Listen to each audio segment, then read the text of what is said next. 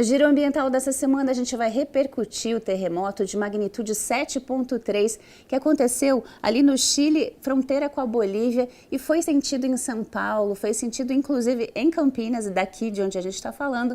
E para repercutir esse assunto, a gente convidou o Henrique Gonzalez, que é engenheiro ambiental, especialista em geotecnologia. Muito obrigada pela sua participação aqui com a gente, Henrique. Bom dia, não, é um prazer estar aqui e vamos. Dobrando esse assunto aí que é muito curioso, né? A E, gente não está acostumado, né, Henrique? No Brasil a gente tem aquela consciência de que a placa é única, que não tem esse risco. Pouquíssimas vezes se sente, né, esse tipo de tremor. O que que aconteceu afinal, Henrique? É algo que a gente não está muito acostumado a ouvir no Brasil, né? A gente sempre escuta na escola que a gente está no meio de uma placa tectônica, então a gente não sofre tanto desse problema. Só que agora aconteceu, né? Como você falou, várias cidades de São Paulo sentiram os tremores, e isso aconteceu principalmente por conta, né, da cidade de São Paulo estar ali dentro de uma região geológica que a gente chama, né, que é uma bacia sedimentar, então tende a intensificar, né, esses tremores. Então, por mais que o tremor não tenha acontecido ali, né, o epicentro tenha acontecido lá no Chile, a gente consegue, por conta dessas características geológicas, sentir ali principalmente em São Paulo. Então pode acontecer mais vezes esse fenômeno? Sim, né? É um fenômeno natural. A gente não consegue muito ter uma previsão de quando vai ser o próximo. A gente não tem ainda tecnologias muito desenvolvidas que dão esse tipo de previsão para a gente. Mas pode acontecer, é um fenômeno natural, tá? Então pode acontecer sim, mas a gente não tem uma preocupação tão grande, porque acaba quando a gente sente aqui no Brasil, a gente vai sentir pequenos tremores que acabam tendo a magnitude necessária para criar, né, danos estruturais. Então, a gente pode ficar mais tranquilo aqui no Brasil. A gente é mais um efeito colateral, então, né, dos tremores que acontecem por aí. Isso, isso.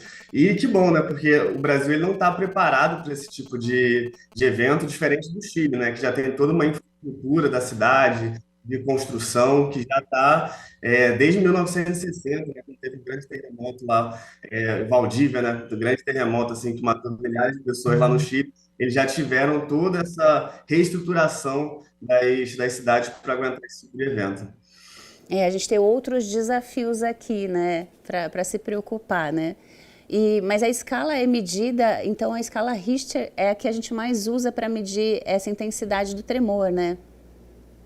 Isso, isso. E a gente fala que a escala Richter vai de 0 a 9, né? Mas agora a gente está usando até uma escala livre, né? Por exemplo, 1960 lá no Chile atingiu 9,5 da escala Richter, foi 7,3, 7,4.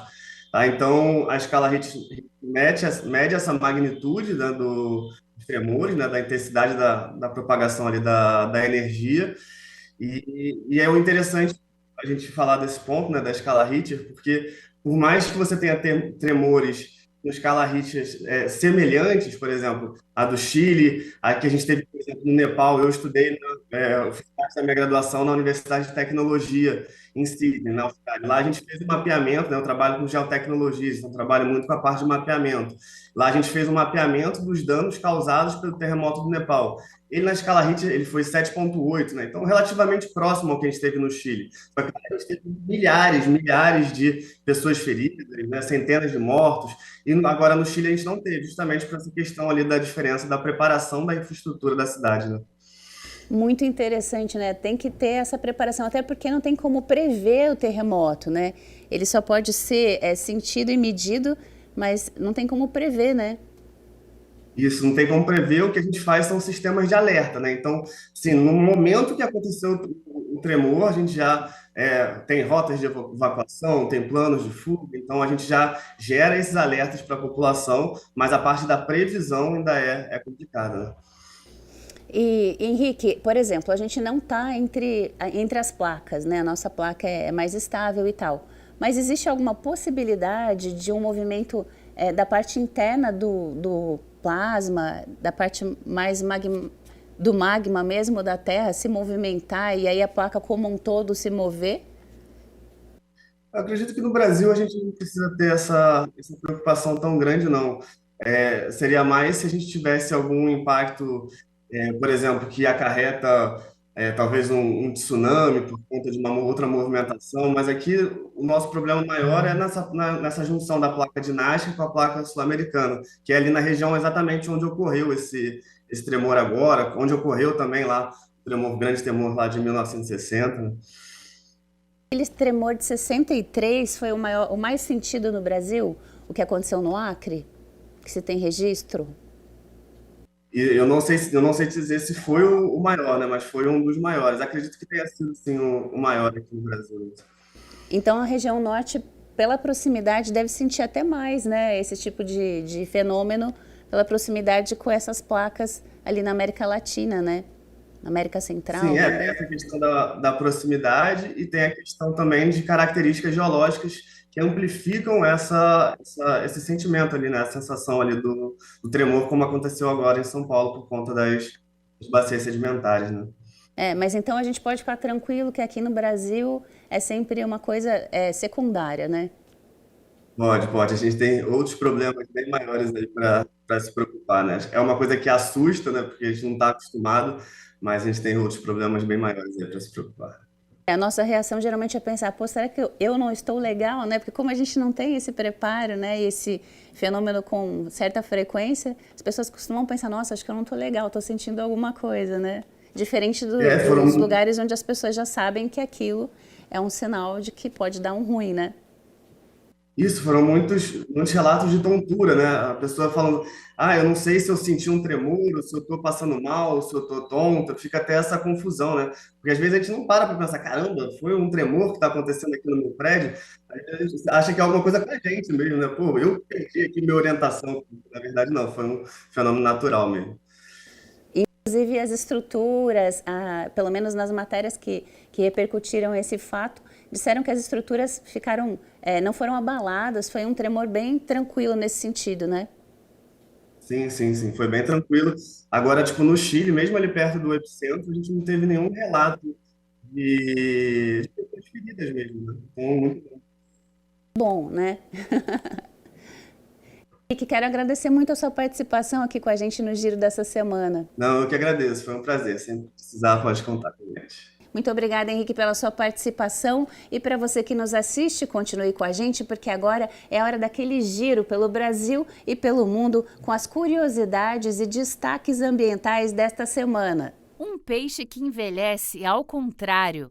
Nativo das Américas do Norte e Central, o ictiobus, ou peixe-búfalo, vive majoritariamente nas águas doces dos Estados Unidos, Canadá, Guatemala e México. Em 2019, pesquisadores encontraram um representante da espécie e acreditavam que tinha cerca de 25 anos. Porém, após a análise, chegaram à conclusão que o animal já tinha mais de 100 anos. A descoberta foi divulgada na revista Scientific Reports e gerou curiosidade no meio científico. Ainda segundo um estudo também publicado no mesmo veículo, em 2021, o ictiobus fica mais forte e saudável quando se aproxima dos 100 anos. Quando alcançam aproximadamente 80 a 90 anos de vida, esses peixes passam a responder muito melhor a situações de estresse e o sistema imunológico se torna mais resistente do que o de peixes búfalos mais jovens. Cientistas acreditam que a longevidade da espécie se dá por conta da dificuldade que os ictiobus têm para se reproduzir. São necessárias condições ambientais muito específicas e ainda majoritariamente desconhecidas para que a reprodução destes peixes se dê de maneira eficaz. Assim, para garantir a perpetuação da espécie, estes peixes teriam se adaptado para viver por mais tempo. É preciso pesquisar muito ainda para saber das aplicações dessa descoberta para a ciência e, para isso, garantir a preservação da espécie, que hoje é popularmente utilizada em campeonatos de pescaria, colocando em risco a possibilidade de encontrar indivíduos mais velhos e, portanto, essenciais para as pesquisas. Uma cobra da espécie taipã costeira quebrou o recorde de maior quantidade de veneno expelido em uma só mordida. Segundo informações do Australian Reptile Park, onde a cobra vive, foram ejetados de uma só vez cerca de 5,2 gramas de veneno, quantidade suficiente para matar cerca de 400 humanos. A quantidade é 3 vezes maior do que a média de uma cobra taipã costeira. O recorde anterior era de uma cobra de mesma espécie que ejetou 4,9 gramas. Esses répteis são típicos de regiões costeiras do norte e leste da Austrália. No Australian Reptile Park, taipãs costeiras têm seus venenos coletados para que possa ser produzido o antídoto contra suas picadas. Chamada de Amazônia Azul, a área marítima sob jurisdição brasileira no Oceano Atlântico tropical tem se tornado mais ácida ao longo de 20 anos, colocando em risco ecossistemas marinhos. O aumento da acidez prejudica sobretudo os corais, um tipo de oásis da biodiversidade no oceano que serve de habitat para outras espécies como peixes. A observação publicada na revista Frontiers in Marine Science é de pesquisadores da Universidade Federal de Pernambuco, da Universidade do Estado do Rio de Janeiro e do Instituto de Pesquisa Alemão Geomar. A acidificação do oceano está relacionada ao aumento da concentração de gás carbônico no mar. Capturado da atmosfera, esse gás é um dos principais causadores das mudanças climáticas e é emitido por atividades como desmatamento e queima de combustíveis fósseis. Segundo o estudo, em 20 anos, a concentração de gás carbônico no Atlântico tropical cresceu uma média de 10%. Um monitoramento de corais feito pelos pesquisadores da Universidade Estadual do Rio de Janeiro detectou que 80% dos animais da espécie Mucismilia ríspida da Baía de Ilha Grande sofreram branqueamento entre março e abril de 2024. A principal hipótese é que o aumento da temperatura da água seja a causa do fenômeno, já que não há registro de poluição no local.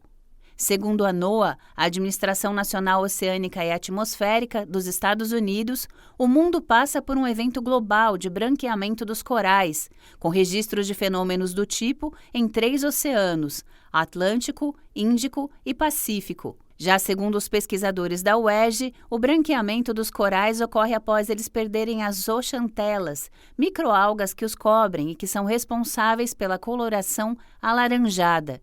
Em condições normais de temperatura e quando não há poluição, as algas de corais fazem simbiose. A matéria orgânica da fotossíntese das microalgas é reaproveitada pelos corais.